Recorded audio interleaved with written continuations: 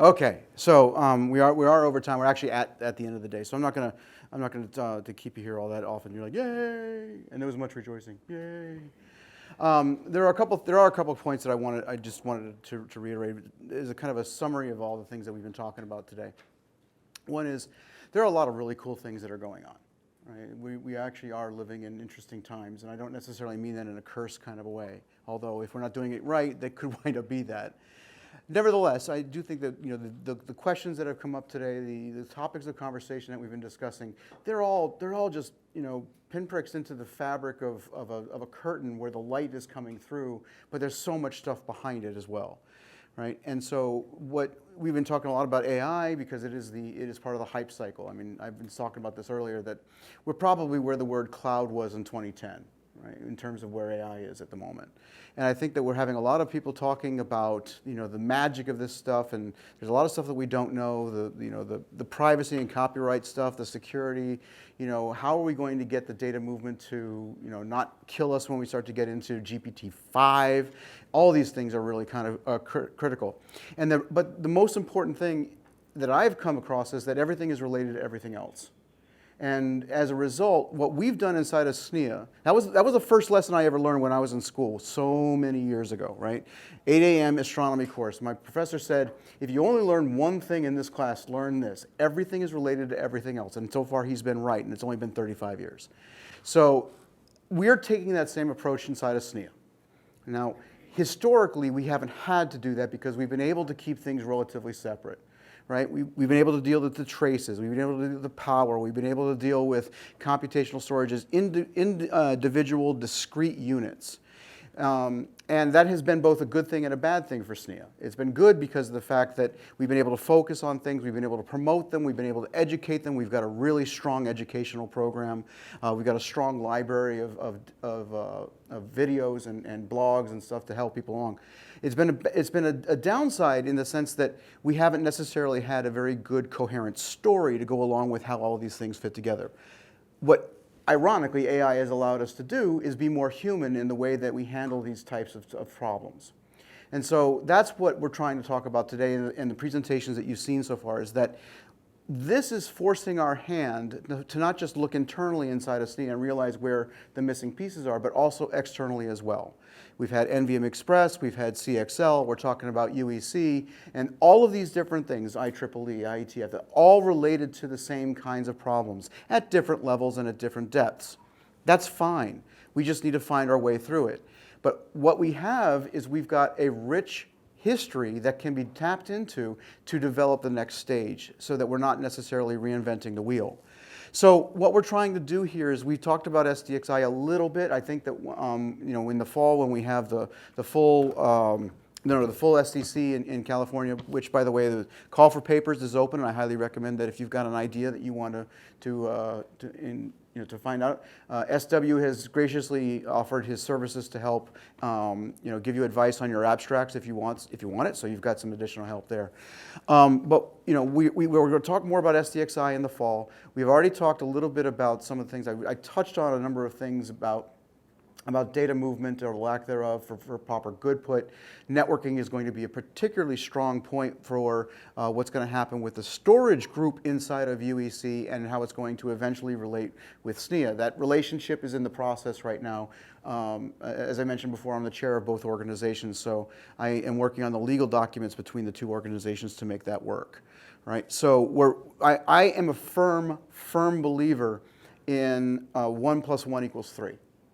Right? I'm a very big believer that you take one idea, you add it with another idea, and you get a third really good idea. But you have to make sure that everybody is on board with that same passion and that same vision.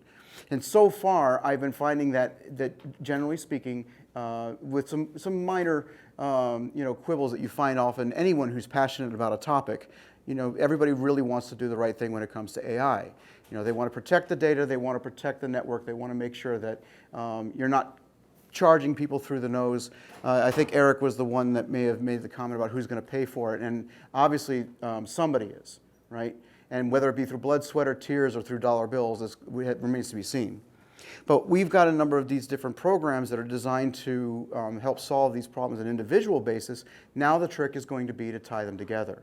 Now, What does that mean? That means that we've acknowledged here in this room that we can't do everything, and we're not going to pretend that we're smart enough to know everything there is to know.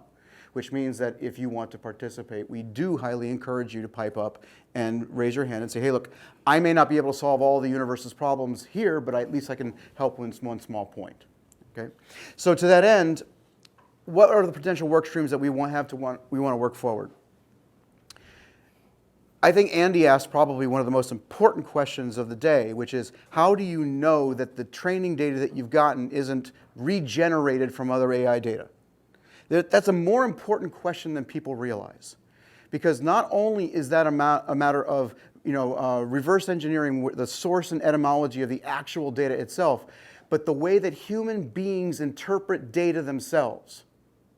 The pictures that we showed here that were AI generated are just that. They are images graphically represented to produce meaning in individuals. If the data itself is tainted, if it is poisoned and toxic information, we don't have the experience now to determine whether or not that information is good. That is a problem. This stuff has meaning in the real world. The stuff that we do, whether it's inside of the network or whether we do inside of the storage, whether it has to do with moving data or not moving data, it all has an ultimate meaning. Those are the kinds of questions that have to be asked, and somebody has to ask them. And if it's not going to be us, then who?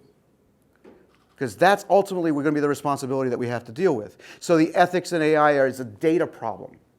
It's not necessarily just a human problem. So those are the things that we need to deal with as well. What are the best practices in managing this? Right? We're talking about orders of magnitude, greater number of endpoints, greater number of relationships, greater numbers of intersections. Right now, the only person in this room who has that kind of experience is Gary. But pretty soon, we're going to have a lot of different people starting to encroach in that mind space, right? What are the results of that? What are the consequences of that? What are the things that we need to address with it? What are the questions we haven't even started thinking about yet, right? So what are the best practices for managing that data? SNIA has a really good start. DMTF has a really good start. NVMe has a really good start. But we are starting to realize management, we don't know anything about management when it comes to these kinds of levels of detail, especially when the floor is moving at the same time. When the data is being generated as we're trying to control it, what are the consequences of that and what's going to happen? Very interesting question, right? Those are the things that we have to deal with that are more than just, I need to move this from one buffer space to another. What about those policies? What about the stuff that Eric was talking about in terms of what the EU is doing, what California is doing? What about the AI-generated policies, right? The copyright is just one, and it's probably the most obvious one. But yeah, I mean, I'm a pro-am photographer. What happens if someone decides that they're going to take my data because of the fact that it was put on Twitter and they're going to use it as fodder for a training session? It's already part of the problems when you get AI-generated videos. Say, show me a video in the style of The Matrix. That is a real problem now. And that's before the tools actually get good enough. So what we're looking to do, and what I've asked the technical council to do, and I've asked the board to do, is to start thinking about the work that we're doing with other organizations. We all tend to be standards junkies, pretty much, for the most part. We have the same people in multiple organizations. But what that means is that we also have the opportunity of saying, look, I've got this piece of the puzzle over here. I've got this piece of the puzzle over here. What do you know? They kind of match. Those jigsaw puzzles fit. They may be different organizations. They may be different bailiwicks. One might be IEEE. The other might be UEC. But you know what? Maybe there is a link there. Maybe there's not, but maybe there is. So now it's like, why are you doing this here as opposed to there? We should be doing it together. And I think one of the things that we do inside of SNIA, or storage in general, is we have the concepts of the data. The data is the key. We move, we store, we transport, we protect, we revisit, we regenerate data. That's what we do. Everybody's got to come to data. All roads lead to data. So I honestly think that if we do it right, everybody from the software developers to the kernel developers to the network admins to the storage admins have something to say, and we want to listen. So that's what the goal is for SNIA. right? And what I want to do is I want to personally encourage everybody here to think about what your contributions are to that in the grand scheme of things. And if you have something you want to say, by all means, please do raise your hand and say, I want to put an abstract together and say it. Because ultimately, like I said before, we're smart enough to know that we're not smart enough to know everything. And that's what we're trying to accomplish. Okay? And we also know that these kinds of things, these are just, again, the starting point.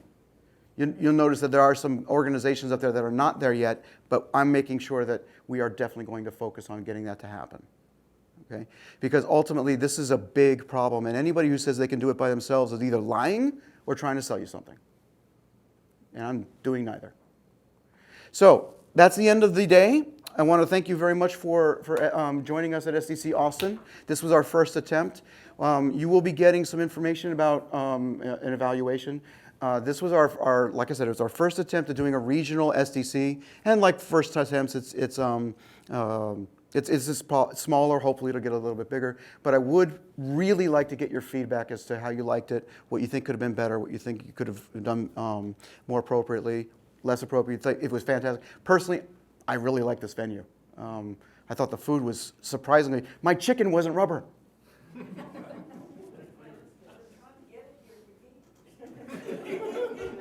So anyway, please do give us your honest feedback. This place sucks. Doesn't help, right? Can't really do much with it. So I really want to thank you. Is there anybody who has any questions or comments that you want to talk about? Give you the opportunity to speak into the microphone.